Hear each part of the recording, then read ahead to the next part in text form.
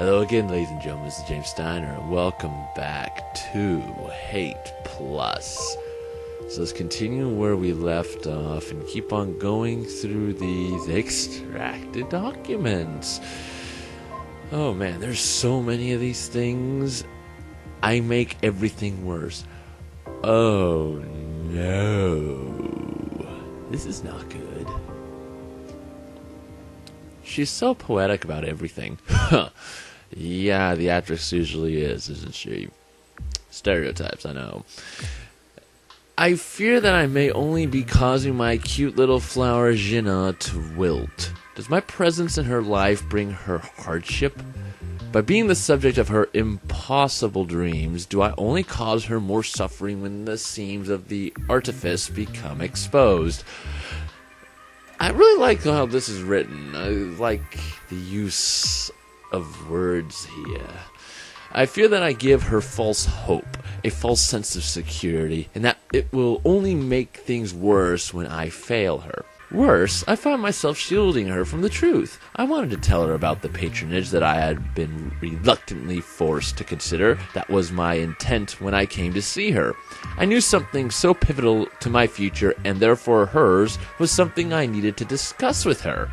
When I arrived at her family's stand on the plaza at closing time, a man who I rightfully assumed was her father was engaged in an intense-looking conversation with her. I would have stood nearby and wait for them to finish, but when he saw me, he walked out without another word. A troubled look was on his face as he passed me by, and he just shook his head at me. In retrospect, I know exactly what the look signified, and I cannot, in good faith, disagree with the sentiment, for I know it was out of earnest concern for his daughter's, my love's, well-being. But at the time, I knew not what to make of it, and was more concerned with Gina herself. Well, followers don't always know what's right. Wow. Yeah, you should know. You should know very well based on the last game. Ugh, that was messed up. I'm just going to comment on that for a little bit. Just the whole premise of the last game and what exactly happened to Hyuna was really messed up. And quite honestly, I do not blame the character for blowing everyone out the fucking airlock. But at the same time, well, then again, there wasn't really anyone to save her, so yeah, I guess that was for the best, but still, everyone on the ship, really? No smile lit her reddened face, only tears. She stared at me, quivering, light glistening off her eyes. Then she rushed towards me, and when I hugged her tightly, she let go of whatever inhibition was holding her back and started to cry with great sadness. I felt a pang in my chest to see her so, and all I could do was stroke her hair and tell her, there, as she cried into my shoulder. Oh no. I wished I could find her a more private place than just letting her cry in public, but her home would be more crowded, and the back room I sleep in was in use during the day. If only I still had the apartment behind the theater. At least there weren't many people about at this hour. After a while, she calmed down a little bit, or at least ran out of energy to keep up the sobbing, and I sat her down. Oh, little flower, do you wish me to get you some tea to help calm your nerves? Then we can talk about it, I offered.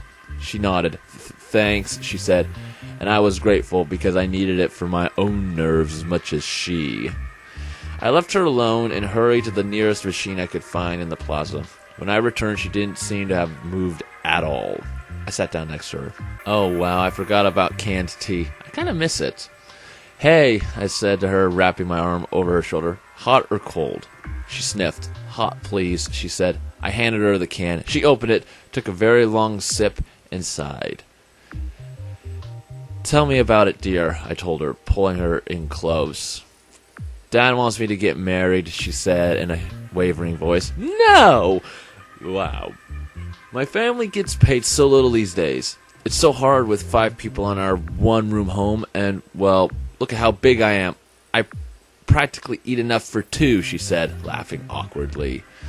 Then she started sniffling again and took another sip from her tea. I mean, it's always been crowded at home, even before Grandma and Grandpa moved in. And I always wanted to move out anyway, but we can't afford to, I said.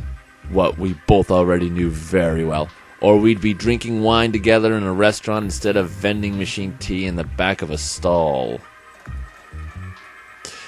She started to cry again, and I felt another pang in my heart. My levity had only made things worse. Yeah, she stammered between sobs. Dad was talking to me all. Please just hear him out. He's a good man. No, don't marry some old man. You have someone who loves you. Wow. Okay, here's something that's a little... Well, then again, these things were encrypted in her memory, so she wouldn't have really been able to access them, I guess. But that's kind of odd that they're files that you can't access, even though they're technically in your memory bank. That's rather odd. I mean, the guy himself, I'm sure he's nice, but I want to be with you. I love you, A. I want to be with you. I held her tightly as her poor tears gripped my heart, and I wished there was anything I could do. What about the stand? Wouldn't you make more money for the family if you could still work? Even if you didn't keep any wages for your own savings, perhaps it'd be better, I asked, expecting there to be an answer for why that wouldn't help. And there was. Apparently the flower stand barely made any money these days, and what didn't go to rent instead went for plaza bribes to desperate nobles. It sounded like the only reason they had it now still was for her own sake. That is a very awkward sentence. I thought I was reading it wrong. Maybe I'll run away. I could take my savings and just sleep behind the theater at night and try to find odd work during the day or just something, she cried out, tears falling from her face. Do you know why this man wants to marry some girl he's never met? Do you know why? I asked. He's just as poor as us. Do you know why? Even though I'm ugly and too young and I'm just some random stranger and there's no love or anything? Taxes. Because there's some big tax break for new fathers. Taxes. I had, in fact, known. It was a recent big political issue, but I said nothing and let her have her moment.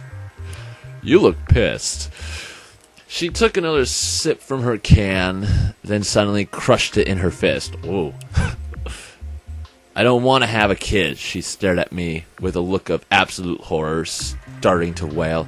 I don't want to have a kid. I don't care how nice he is. I don't want to move in with some strange man and have sex with him and get knocked up and then have to raise some stupid kid and then never see you. I don't want to. I don't want to. I don't want to. This really hurts to read.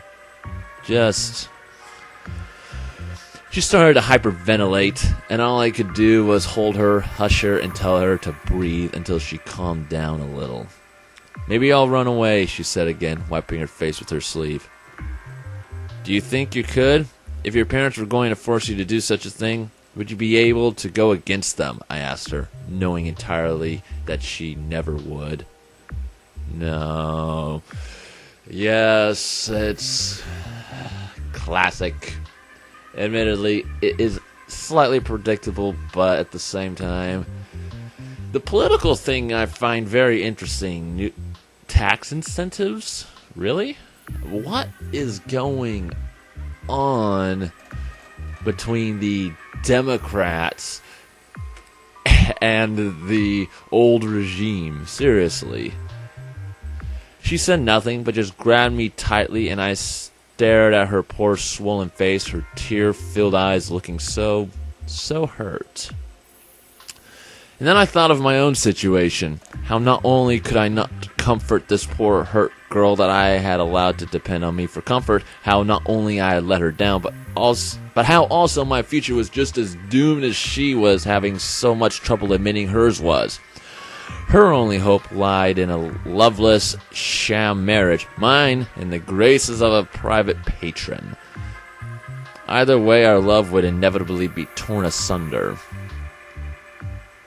They were such a good couple, though. Yeah, I'll admit, they were kind of a good couple. At least it would offer stability. Somehow escaped my lips. I hadn't meant to think aloud like that. She had no words. She only grabbed me tighter and started to wail loudly again. She cried a river of tears against my breast, sobbing uncontrollably, and I found myself overwhelmed by pity. I started to cry a little too and forced myself to remain silent lest I somehow found a way to worsen the scenario even more. If that's what love's like, maybe it's better that I never knew it. Really now? That's kind of interesting because I thought just a little while ago you said, "Oh, I love you so much." I think that's enough for now. That was actually very, very depressing. The most extravagant bribery counts. Why the hell is Counselor Tay here in Block M2? Is that the individual that Hyo-A Jung mentioned, the patron? I am curious. March, and then March 29th, and then April 11th. That is very, very interesting. Okay, so the story is far. I'm starting to become less enthralled with the relationships and a little bit more enthralled with the political aspect. Mostly with why the Democrats... Hold on, what are the dates for this? Okay, so... March 8th, 4043. March 8th, 4043. 4043. 4043. So it's been 5 years since the Democrats took power. More or less.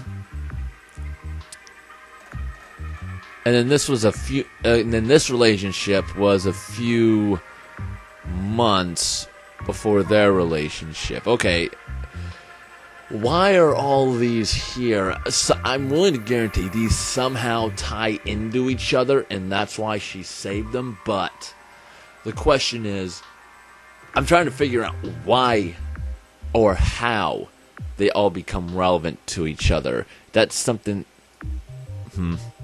Okay. Oh, so you can search for individual words. Is there going to be me trying to search stuff up and find who knows who and all that stuff? Let's see the profiles. Here's the book's father, Counselor Ryan. Okay, so these are all the people that I know. Old Mute. Mute Counselor Security. She's really different than the Mute I knew. At that time, she was 1,600 years old, even older than me. Was it really an old Mute, or was it a remade version? I don't know. God, now I'm wanting to play that game again to see how Mute takes all this. Would she even remember any of this? I don't know. Anyway, I need to stop using the word anyway. It's kind of my weird placeholder when I try to think, and I need to stop it. With all that in mind, I'm interested to see how all this stuff culminates, because we still have 3 more blocks. I'm assuming we'll get the block M3 at some point, probably after the near catastrophe that we're going to have with the power or with her malfunctioning or something like that. Oh boy. Still really good story. I do enjoy reading a lot of these. And I will finish this, but it just takes so long. Oh my god. And I think that's all my time for now. I've got other stuff I need to do today. So thank you all so much for watching this video. Be sure to click that like button, share, favorite, subscribe, and I will see you in the next video.